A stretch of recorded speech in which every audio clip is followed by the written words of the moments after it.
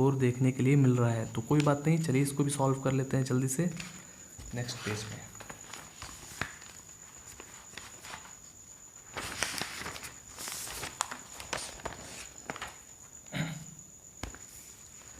चलिए अब हमारा नेक्स्ट क्वेश्चन है 4 नंबर। क्लियर, 4 नंबर में यहाँ पर 0 से लेकर के π/4 और यहाँ पर sin 2x दे दिया गया है। क्लियर, तो आपको क्या करना है, सबसे पहला काम, let i is equal to 0 से π/4 sin 2x dx। क्लियर, सबसे पहले हमारा यहाँ पर काम है कि हमें इंटीग्रेशन करना है फंक्शन ऑफ x की जगह पर जो भी चीज़ लिखा हुआ है।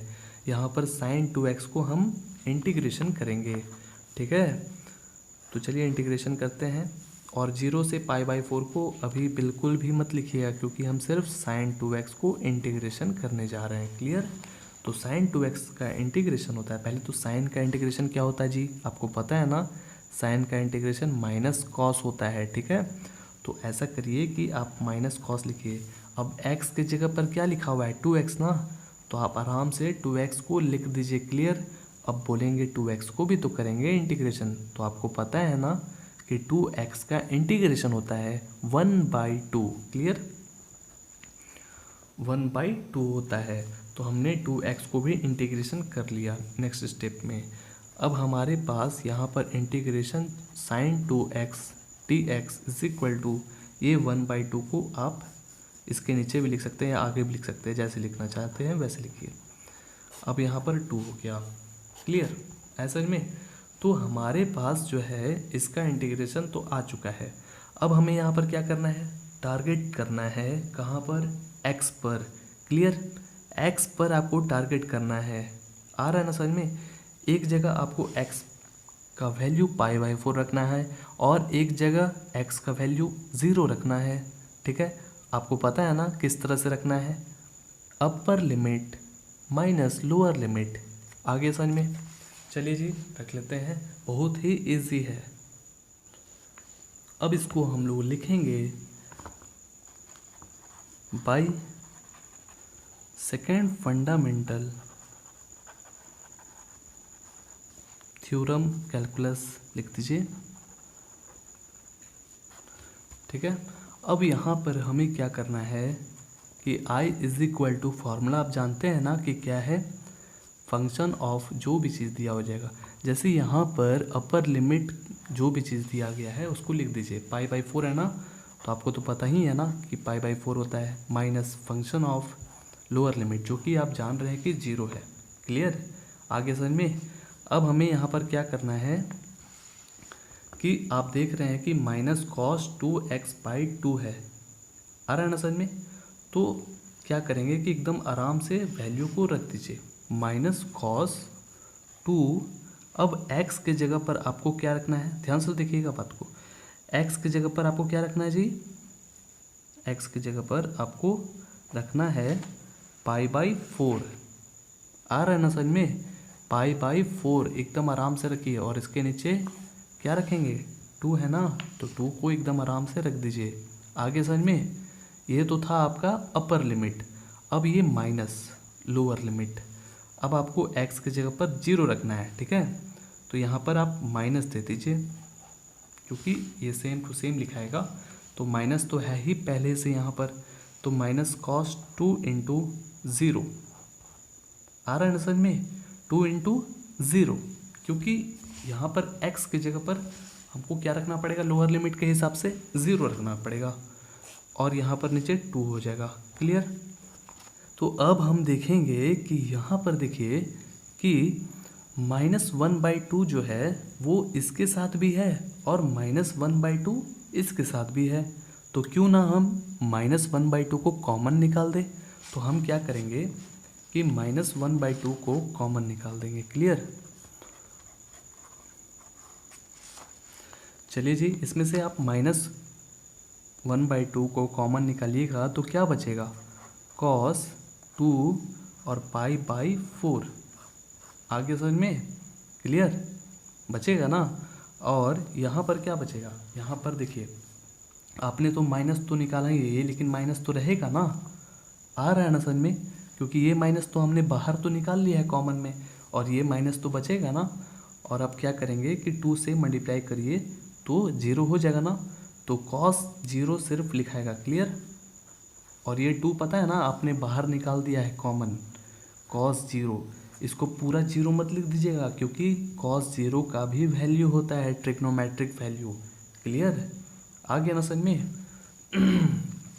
चलिए जी, अब हमें यहाँ पर क्या करना है कि देख रहे हैं कि 2 से ये कट रहा है तो काट लीजिए। अब cos π/2 है, देखिए cos π/2 का मतलब क्या होता है जी। cos π/2 का मतलब पाई मतलब 180 डिग्री, ध्यान से सुनिएगा बात को। पाई मतलब 180 डिग्री, और 180 डिग्री को अगर 2 से डिवाइड करते हैं, 2 से डिवाइड करते हैं तो कितना आएगा 90, ठीक है। तो cos 90 डिग्री का वैल्यू कितना होता है जी, ध्यान से सुनिए बात को। cos 90 डिग्री का वैल्यू जो है वो 0 हो जाता है, ठीक है। और cos 0 डिग्री का वैल्यू होता है 1, यानी कि 90 का जस्ट उल्टा। 90 होता है इधर ना, और शुरुआत होता है 0 से। तो cos 0 डिग्री का जो वैल्यू है, ध्यान से सुनिए, cos 0 डिग्री का जो वैल्यू है वो 1 हो जाता है, और cos 90 डिग्री का जो वैल्यू है वो 0 हो जाता है, ठीक है। इस चीज़ को याद रखिएगा, लिख देते हैं यहाँ पर। cos 0 डिग्री का वैल्यू होता है क्या 1, cos 90 डिग्री का वैल्यू क्या होता है 0, ठीक है। आगे ना समझ में। अब हम क्या करेंगे कि ये 0 है तो इसका कोई तो वैल्यू रह नहीं गया है, और ये -1/2 से सिर्फ ये ना मल्टीप्लिकेशन होगा, तो माइनस माइनस क्या हो जाएगा जी प्लस, सिंपल। तो आप क्या करिए कि सिर्फ 1/2 को लिख दीजिए, क्योंकि इससे माइनस और ये माइनस से मल्टीप्लाई हुआ और यहाँ पर 1 था, तो इससे मल्टीप्लाई करिएगा तो सेम ही ना होगा 1/2, क्लियर। आगे ना बहुत ही इजी था, बहुत ही इजी। मतलब क्वेश्चन में जान बिल्कुल भी नहीं है, बस आपको यहाँ पर बस क्या जानना था कि भाई cos 0 डिग्री का वैल्यू 1 होता है और cos 90 डिग्री का वैल्यू 0 होता है, बस रख दीजिए, उसको सॉल्व कर दीजिए, हो गया। अब हमारा क्वेश्चन नंबर 5 है। तो देखिए क्वेश्चन नंबर 5 में क्या कहता है, 0 से π/2, ठीक है, और यहाँ पर cos 2x दिया गया है। जैसे यहाँ पर sin 2x था ना, तो उसी तरह का क्वेश्चन है, सॉल्व हो जाएगा, बिल्कुल हो जाएगा सॉल्व। चलिए बनाते हैं। वीडियोस हम रात में बना रहे हैं ना, इसीलिए थोड़ा सा गला बैठ गया है। 0 से π/2 cos 2x dx, क्लियर। चलिए सबसे पहले हमारा ये काम है कि इसको अब जल्दी जल्दी बनाते हैं दोस्तों, आपको समझ में आ गया होगा, लगभग 4 क्वेश्चन बनाए हैं तो आ गया होगा, बिल्कुल आ गया होगा आपको समझ में। i = सबसे पहले लिखिए 0 से π/2 cos 2x dx। सबसे पहला हमारा काम है कि इसको इंटीग्रेशन करना, cos 2x को, सिर्फ cos 2x को इंटीग्रेशन करना, ठीक है, जो कि आप कर सकते हैं। तो देखिए cos 2x का इंटीग्रेशन, सबसे पहली बात आता है कि cos का इंटीग्रेशन क्या होता है, cos का इंटीग्रेशन साइन होता है, ठीक है। तो हमने इंटीग्रेशन कर लिया, अब x की जगह पर जो भी चीज़ लिखा हुआ है उसको लिख दीजिए। अब यहाँ पर 2x का इंटीग्रेशन आप लोग जानते हैं ना कि 1/2 होता है। आगे समझ में दोस्तों, कोई भी दिक्कत नहीं ना यहाँ पर। अब हमें यहाँ पर क्या करना है, अब आप ऐसा करिए कि ये जो sin 2x/2 लिख दीजिए, ठीक है। अब x के जगह पर, ध्यान से सुनिएगा बात को, x के जगह पर एक जगह π/2 बैठाएंगे, एक जगह 0 बैठाएंगे। अपर लिमिट में π/2, लोअर लिमिट में 0। तो बाय सेकेंड फंडामेंटल थ्योरम के हिसाब से हम बना रहे हैं। चलिए जी, सेकेंड फंडामेंटल थ्योरम कहता है कि I = फंक्शन, यहाँ पर जो है आप जानते हैं ना कि अपर लिमिट होता है, तो अपर लिमिट यहाँ पर क्या है जी π/2 है जी, तो हम यहाँ पर एकदम आराम से लिख दिए जी, ठीक है। और यहाँ पर लोअर लिमिट जो कि 0 है, ठीक है ना। तो हमने यहाँ पर 0 लिख दिया। अब क्या करना है, बहुत ईजी है, अब तो एकदम आराम से सॉल्व हो जाएगा दोस्तों। आप लोग तो बना चुके हैं इस तरह का क्वेश्चन। बस आप जो है एक जगह x के जगह पर π/2 रखिएगा और एक जगह x के जगह पर 0 रखिएगा। इस तरह से आपको सॉल्व करना है बस। तो चलिए रखते हैं।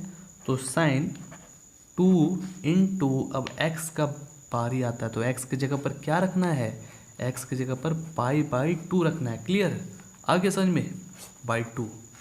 ओके, अब यहाँ पर बीच में माइनस है, अब यहाँ पर x की जगह पर 0 रखेंगे तो sin 2 × 0/2।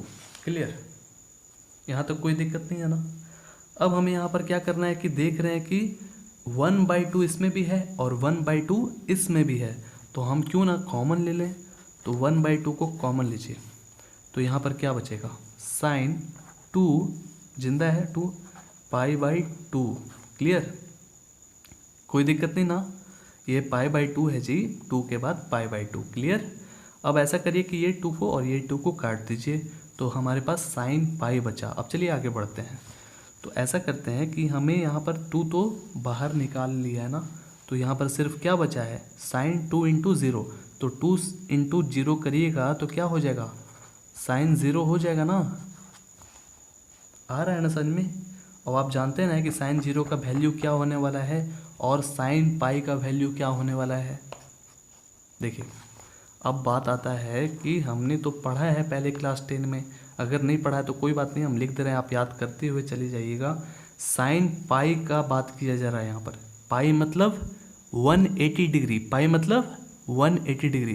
तो sin 180 डिग्री का वैल्यू कितना होता है, sin 180 डिग्री का वैल्यू जो है वो 0 होता है, 0। ठीक है, देखिए sin आप 90 डिग्री का जानते हैं ना वैल्यू, ध्यान से सुनिए बात को, इधर मत दिखिएगा। sin 90 डिग्री का वैल्यू आप जानते हैं क्या, 1 होता है ना। तो उसी के जस्ट एक और 90 आप बीच में गैप करके एक और 90 भांगिएगा ना, तो वो क्या हो जाएगा, 0। जैसे sin 0 का 0 हो जाता है, जैसे यहाँ sin 0 है ना, sin 0 का वैल्यू 0 हो जाता है। फिर एक फांगे तो 1 आया, यानी कि 90 डिग्री 1, फिर एक और फांगे 90 डिग्री तो देख रहे हैं फिर 0, फिर एक और फांगे तो वहाँ पर 1 आ जाएगा। इसी तरह से चलते रहता है। ओके, तो sin π का वैल्यू जो है वो क्या आया, 0, और यहाँ पर sin 0 का भी वैल्यू 0 होता है। क्लियर, तो इससे आप कितना ही मल्टीप्लिकेशन करिएगा तो 0 ही आएगा। ओके, क्लियर है। और यहाँ पर लिख देते हैं कि sin π का वैल्यू जो है वो 0 हो जाता है और sin 0 का वैल्यू 0। देखिए पाई मतलब 180 डिग्री, याद रखिएगा। ठीक है, चलिए जी आगे बढ़ते हैं। बहुत ईजी है दोस्तों, कोई क्वेश्चन